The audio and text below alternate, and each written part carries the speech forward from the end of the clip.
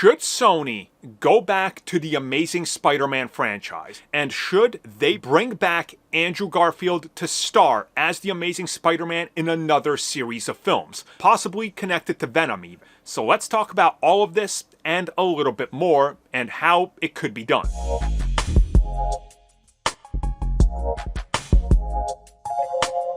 So one question I constantly see pop up, and it's from various different fans of Spider-Man. There's the people that hate Tom Holland and hate the MCU that are always asking, should they bring back Andrew Garfield as the Amazing Spider-Man in some way? There's the other side, the people that were in the prime age, from age 8 to 15, where it's been proven that whatever you watch at that time, that imprints on you, and that is your absolute favorite thing you're always going to hang on to.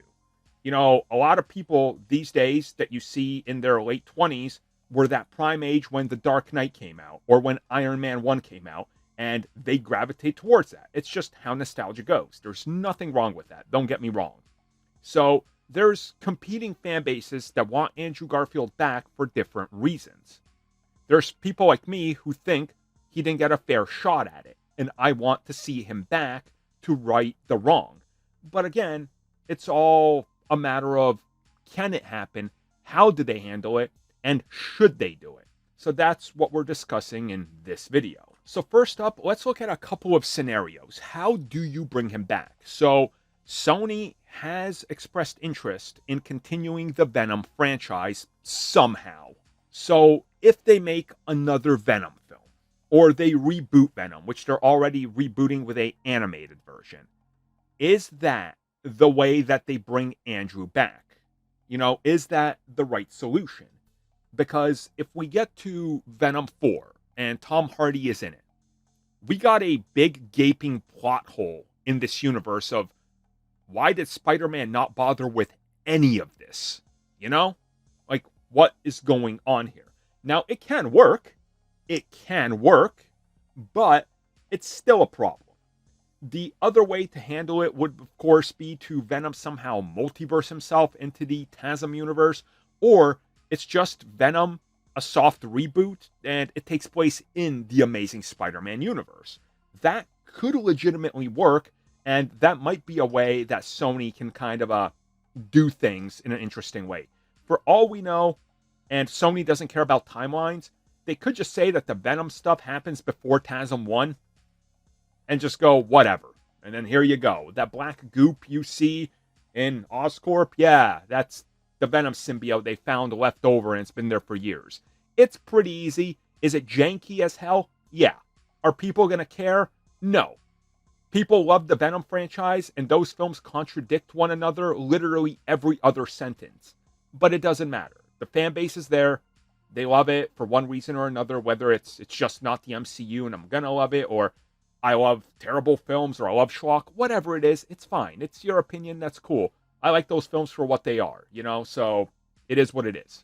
But the other scenario I see brought up is, why don't they just make The Amazing Spider-Man 3? And I get it, you know, I really do get it. The Amazing Spider-Man 2 was not a bomb at the box office.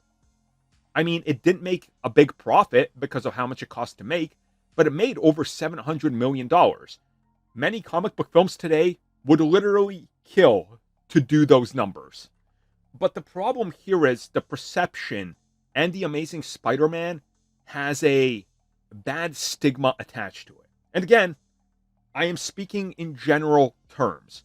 I get it. If you are an Amazing Spider-Man fan, if that's your Spider-Man, again, if nostalgia attracts you to this, you're not going to agree with me. I get it. It's not for everybody. I'm not saying everybody. There are exceptions to the rule. Just like my favorite Batman, and my favorite Batman film is Batman Forever. I don't think it's the best of the Batmans by far. I think almost every other Batman film is better than that outside of Batman and Robin. But it's my favorite because the prime age, what I was doing, and nostalgia, you know? That's The Amazing Spider-Man in a nutshell.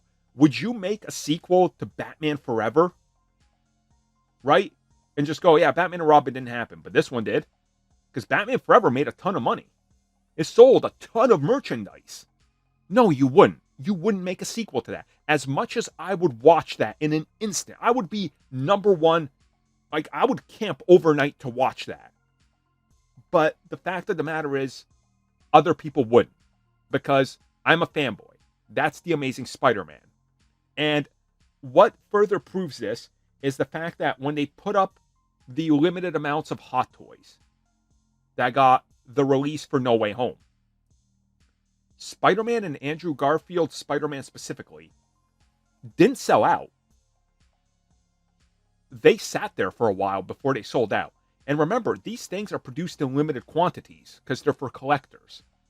And then you look at some of the Legends figures, they go quick in the first wave, but then they sit around and then their value tanks on eBay because the most hardcore people already got them. That's how you gauge the interest of something. The Amazing Spider-Man, every time it's played on TV or streamed, does not chart. So again, bringing back The Amazing Spider-Man doesn't seem like a smart move.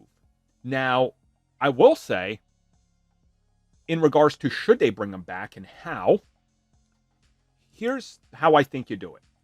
You would have to do this in a very smart and almost unexpected way. You guys know how they made, okay, this is kind of going to be a spoiler, but the film Glass and Split, right? They are sequels to another film. And nobody, when they went and saw the first sequel, Glass, had connected the dots. And at the end of the film, you go, oh my God, wait, hold up. What?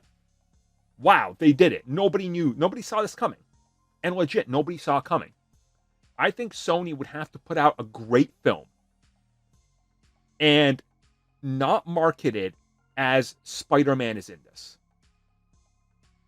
And have people go see it. And have it be a cheaper film. You know, if Kraven was good, Kraven could have been that. Or Madam Web could have been that. Or Morbius could have been that. Work on a good script. And I don't know for what. Maybe you reboot Venom and you got a solid script. And suddenly, the Venom film, you're watching it, and the third act shows us that this is actually a villain film, not Lethal Protector. You're selling Venom as a straight villain film, like DC's going to be doing. And suddenly in the third act, Andrew Garfield's Spider-Man shows up. And you're like, hold up, what? And now we know that this is in that continuity. And now as the buzz spreads and people see it, and it was a cheaper film, now you got buzz going and you gauge interest. And then you play around with the idea of TASM 3 or The Amazing Spider-Man versus Venom, or Venom versus The Amazing Spider-Man, or Spider-Man Separation Anxiety, or whatever you're going to call it, you know, but you can't just go out there and do it. So, should Sony do it? Yes. But only if they can do it right. Just making The Amazing Spider-Man 3 doesn't make sense yet. It just doesn't. It's not feasible. But setting it up and testing the waters for a potential return, that makes sense.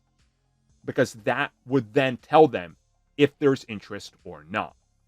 Thank you for checking out that video, and thank you for your continued support. Feel free to like, share, subscribe, do whatever you will, and if you're so inclined and would like some additional content from us, which includes unfiltered content and bonus discussions, we do offer exclusively in our member section. We hope to see you there. So thank you for watching, and have a good one.